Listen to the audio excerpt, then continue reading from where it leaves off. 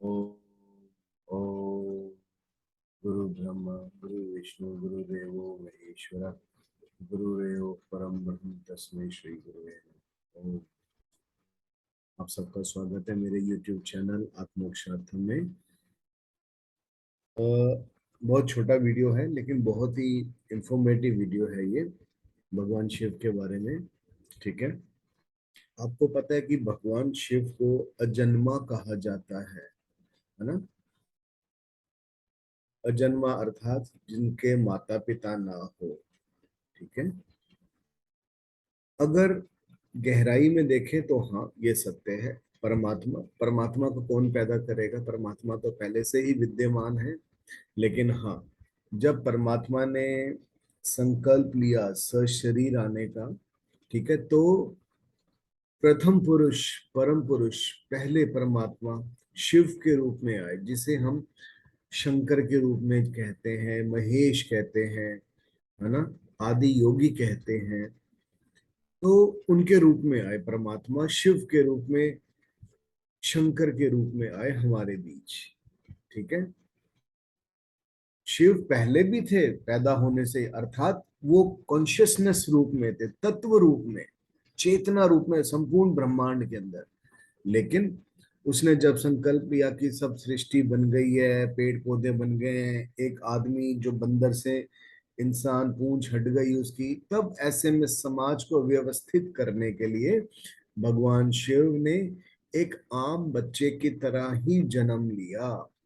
ठीक है, एक आम बच्चे की तरह ही जन्म लिया और माता के माध्यम से, अपनी माता के माध्यम से आए।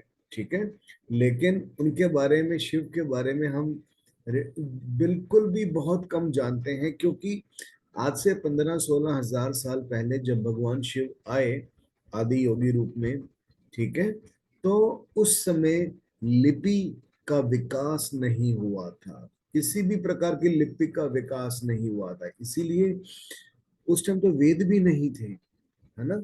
तो इसीलिए भगवान शिव के बारे में आपको ऐसा कहीं देखने को उस समय सुनने को नहीं मिलता। हाँ, भगवान शिव जब आए उसके बाद जो उनके जो शिष्य गण थे, तो माउथ से जो चीजें निकलती गई, ठीक है, वाचिक रूप के अंदर। और जो सिद्ध योगी हैं, अपने ध्यान अवस्था की दृष्टि में, दिव्य दृष्टि से, वो आज भी जो लोग हैं वो उस चीज को समझ सकते हैं।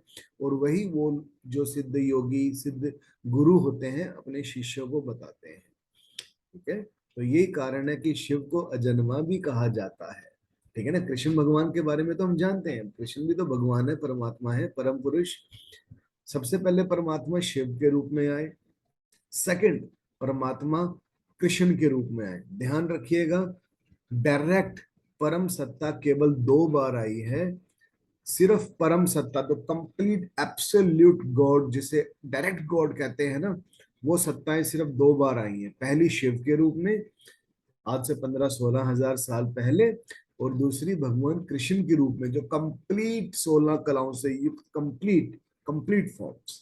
ठीक है, बाकी हाँ, बाकी जितने भी आए हैं वो अवतार कहाँ गए हैं, लेकिन कंप्लीट 2 ही बार आए हैं। और भगवान शिव को अजन्मा इसीलिए कहा जाता है क्योंकि उस टाइम पे लिटरेचर नहीं था।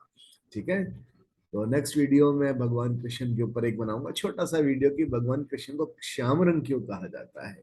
ठीक है, चलिए, थैंक यू सो मच। आप सबका कल्याण हो। शिवोम शिवोम शिवोम।